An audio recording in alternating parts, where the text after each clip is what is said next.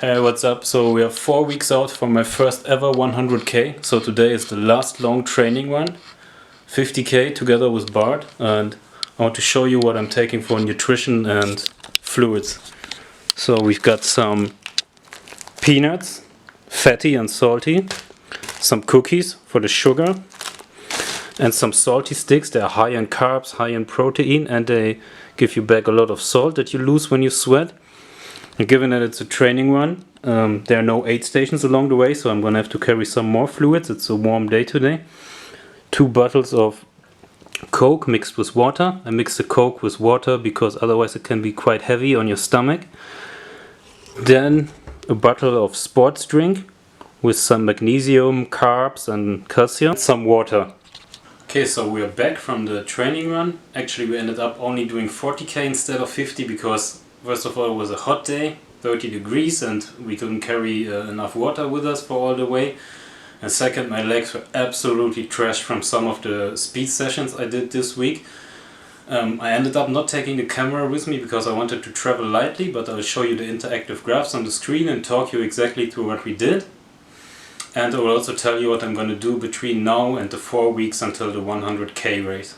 Okay, so first of all, some summary statistics you can see. So we did 40 kilometers in total, 4 hours 20 at an average pace of 6 minutes 30 per kilometer. So quite slow pace, so low intensity, 336 meters of elevation gain, so about 1,000 feet.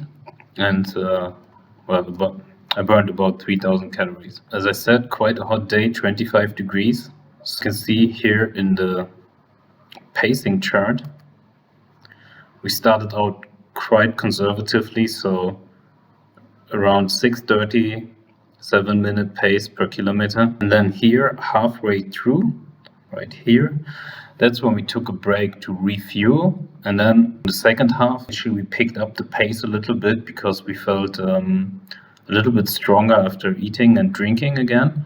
And then we maintained a pace of around between 5:30, 6 minutes per kilometer until the end, or almost until the end when we slowed down a little bit. So if you look at my heart rate here, you can actually see that towards the end I was getting really exhausted.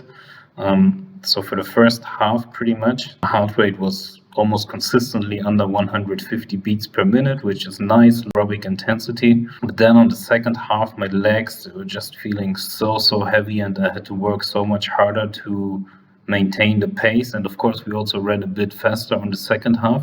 So you can see that my heart rate went up to like 170 beats per minute, sometimes above 180. So it was really good that we stayed at 40k and didn't go for the full 50, because always listen to your body. That's my highest priority, not to get injured. So yeah, in terms of speed, average speed 9.2 kilometers per hour. So that's round about a little bit less than 6 miles per hour. So yeah, that's what we did on Saturday.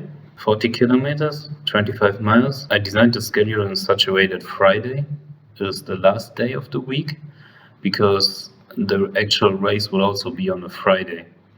So yeah, we did the long run on Saturday, and now I will be resting at least for 4 days and then start with something light, like core strength exercises and leg strength exercises. The last thing I want to be doing right now is to overtrain and actually hurt my body. So I'm gonna give myself enough time to recover from this long run.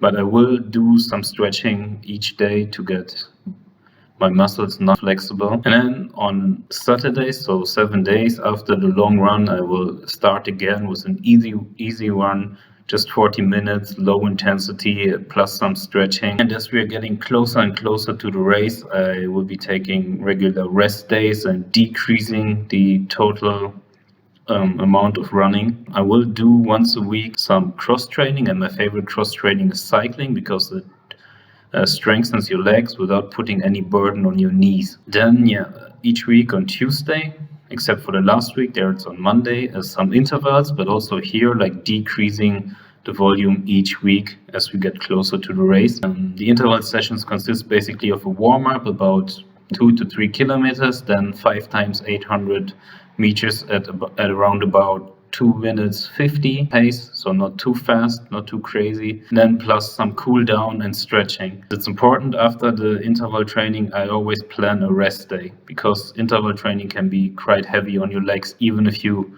are not running for a long time or a long distance, but the high intensity, it can be heavy on your legs. So, and then in the 4 remaining weeks until the actual race, the most important training one will actually be this one here in green, the mock run. So the actual race, it will be a night trail. It will start at 9 p.m. So I will do a mock run, 20 kilometers, 12.5 miles night trail, where I will mimic the race conditions. So I will depart from my apartment at about 9 p.m. and see how it feels to be running when you are tired and shortly before actually going to bed, to see what role sleep deprivation can play and how it feels to be running when you are actually quite tired. And then the last week, it's just some very low intensity running, just 40 minutes on Saturday. One small interval session just to keep the legs ticking and keep everything going. And the day before the actual trail, I will do just half hour plus stretching, just so that my body is not getting out of rhythm. And then, yeah, it's race day. I'm curious to see how this training will pay off and how the race will go. Never done 100k, so I'm quite curious.